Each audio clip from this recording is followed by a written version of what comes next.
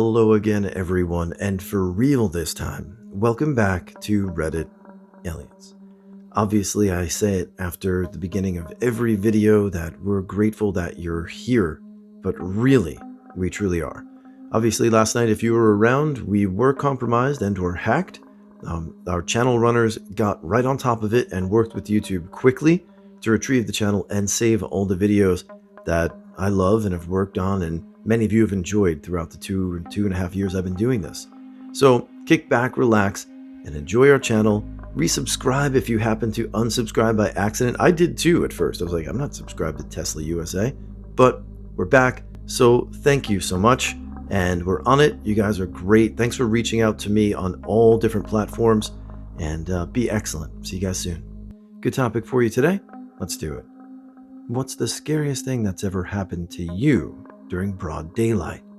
Please remember to like, share, and subscribe. When I was around 8, a man approached me in a busy park and asked if I wanted to come see his pet dog. He was pointing to a wooded area to the side of the park. I now know that it is in the woods as an abandoned rail line.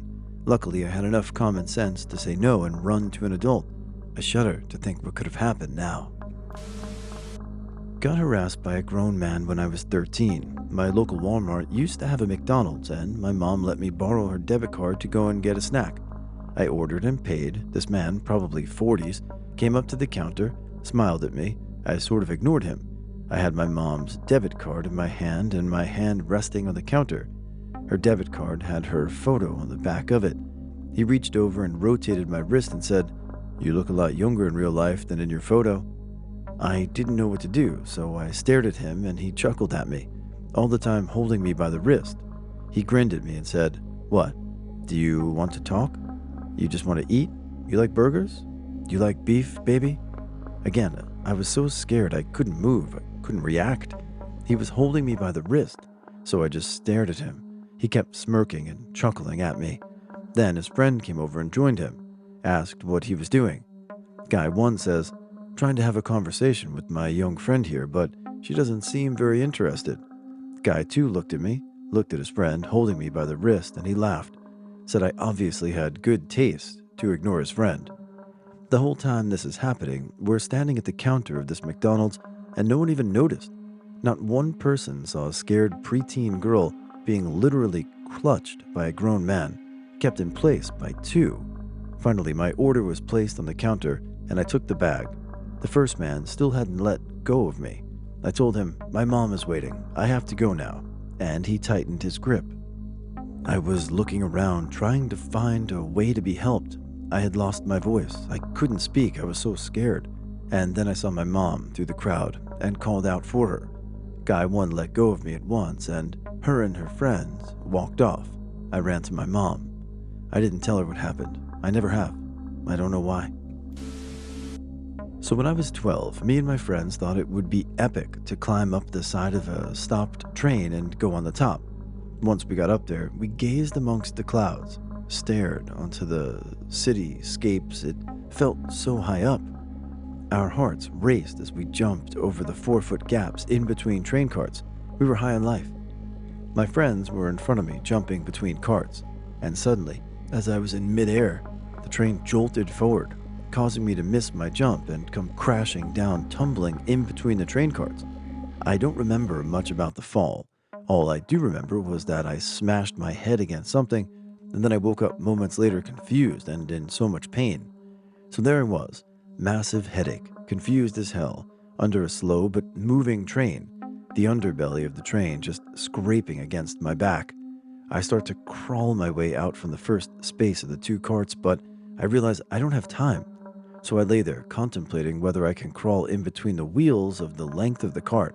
I can't, it's too narrow.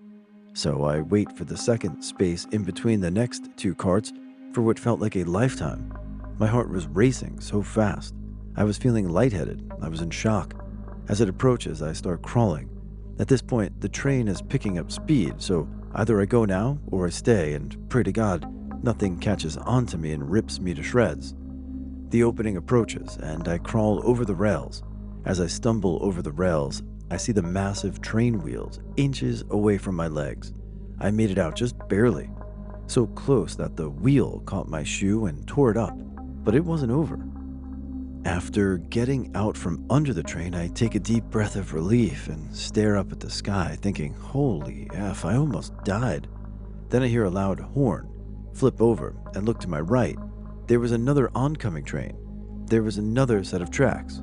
F, I'm so effed. I realized I couldn't get up in time because of how fast that train was approaching, so I had no choice but to lay in the middle of the two trains and hope to God nothing bad happened. Scariest 5 minutes of my life. That's a crazy story. I've done some reckless things in my youth, so no judgment here. I'm just glad you got out relatively okay. I once was at a bus station in the morning, waiting for the bus that would take me to university. I was looking straight ahead when I felt a huge pain in my ear. I turned around and realized the guy had just punched me on the ear. I looked at him, and the look in his eyes was terrifying. He was like on drugs or something. Never met the guy. I screamed, "What the?" And then something unrealistic happened. A bus pulled over, not mine, and the driver, who must have witnessed the scene, hopped off, told the guy, "You don't hit girls," and jumped on him to fight. I was shocked. The bus I was supposed to take arrived, and I ran inside. When I was a kid, I ended up being a witness in 2 different murder cases, and both happened during daylight. One was out for a walk with my family when a drive-by happened a few doors down. No one in the house was hurt, but an old man was jogging on the sidewalk and was killed by the shooting. Wrong place, wrong time. My friend was coming over to the building we lived in. This was in the mid-'80s, so no cell phones. He called from home saying he was leaving to come over. Then, nothing. Time went by, and I called his house, finally to ask what gives. His grandma answers and was like, "Well, he left a long time ago. Maybe he got distracted by friends in the neighborhood." So I went to look for him and found his body. Somebody had killed him for, we later learned, his new coat and sneakers he was wearing. Don't grow up in the projects in Houston in the 80s, kids. To learn more about how shitty that time was, I recommend the Texas Killing Fields on Netflix. I was out back at work smoking a cigarette, and this spray-painted van rolled up right next to me, asking if we were going to use some paint cans left over from the remodel. When he rolled down his window, I saw that he too was completely covered in spray paint. I told him I didn't know if he could take them, and I started walking away. And the dude in the van followed right next to me with his door open talking to me, and I freaked and effing ran. Not today, painty McSnatchvan. For context, I look young for my age, apparently. I was training a new cashier the other day, and there was a family of 3, a mom and 2 sons, I assume. They were maybe in their 30s, that went through the register with a fairly big cart, which, okay. One of the sons started telling me that it was all for a party, and I was like, oh, cool. The other one then said, "Can I bring you home?" This isn't my first run-in with creeps at my job, unfortunately, so I just stared at him with my brow furrowed and didn't reply. "Yeah," he continued. "What are you, 15, 16? Can I bring you home?" And he kept trying to convince me, even though I was just ignoring him at that point. Disgusting and creepy? He basically wanted to ensure that I was a minor. For context, I live in Lebanon. The scariest day of my life was August 4th, 2020. Let me explain. So it was about 6 p.m., and I was walking to the living room to watch TV. I was about 13 at the time. Then the ground started shaking. I thought it was in my head because I always get randomly dizzy. So I held on to the wall, and the wall was asking too. I then screamed to alert mother and sister. My father was at work, and then all hell broke loose. I heard a loud explosion, a sound that rang in my ears, and a carpet hit me in the face. I look outside and see a huge purple cloud of smoke. Turns out, I just witnessed one of the biggest non-nuclear explosions to have been recorded. Killed over 200 people, 7,000 injured, and 300,000 left homeless. I remember seeing that news story of that explosion, and terrible, crazy. I'm glad your family made it out okay. I'm sorry if your country's lost. When I was probably around 7 or 8, I had an overwhelming fear of being kidnapped, to the point where I ducked down in the back seat of the car so that anyone passing us wouldn't see me. Yeah, I know. So one day my brother and I rode with my mom to the bank to deposit some check or whatever else she had to do. I was scared shitless of somebody opening up the car door and grabbing me. This older dude pulls up next to us, gets out of his car, and proceeds to walk over to cup his hands on the window to look into the car. I about shit my pants. I was 12 and walking to a local drugstore to buy a Father's Day card. I was about a mile from home, walking through a neighborhood, basically ignoring my surroundings. Suddenly, I was laying on the ground with two dogs holding me down by my arms. Luckily, there was someone out doing their yard work and they got the dog off me with a broom. Trying to find an adult to tell so that I could get medical treatment was difficult. I don't know if the attack or the next week of walking around with people trying to find the dogs was worse. I was working as a security officer, and all of a sudden a police car rolled up on site and asked where the kid was that cut off his foot. I had no idea what he was talking about, so I ran, he drove the building, and we got in. A kid was trying to get the cardboard compactor to start going and decided to use his feet. Jumped out with one less leg. I'll never forget the screams. Don't have PTSD, amazingly, and kid is fine. He was 19 and excited as hell to get a prosthetic foot. Happened to me recently. I was walking home one day and a pickup truck drove past me. I saw that the driver was looking at me. I thought nothing of it. Then, after passing me, it stopped and the person in the passenger seat got out of the truck and started looking at me with a creepy smile. Then, they started walking in my general direction.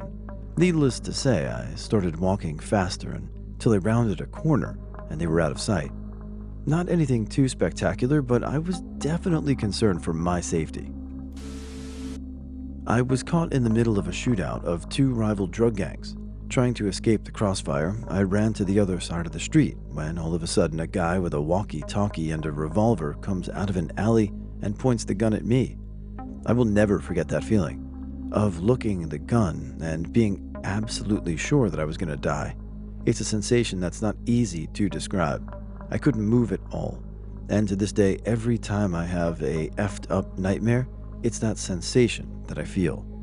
I have never even come close to being that scared since, and I've already been in a car accident. An experience like that could surely shape night terrors and some form of PTSD for years or a lifetime to come, so I'm glad you made it out okay, and hopefully it's gotten better. This happened when I was 16. One day, my homie and I decided to bunk school just to roam about the city. He brought his girl, so I was essentially third wheeling. We went to a McDonald's and decided to sit on the outdoor seats. It was us three and some office workers out for lunch. This McD was in a corporate square.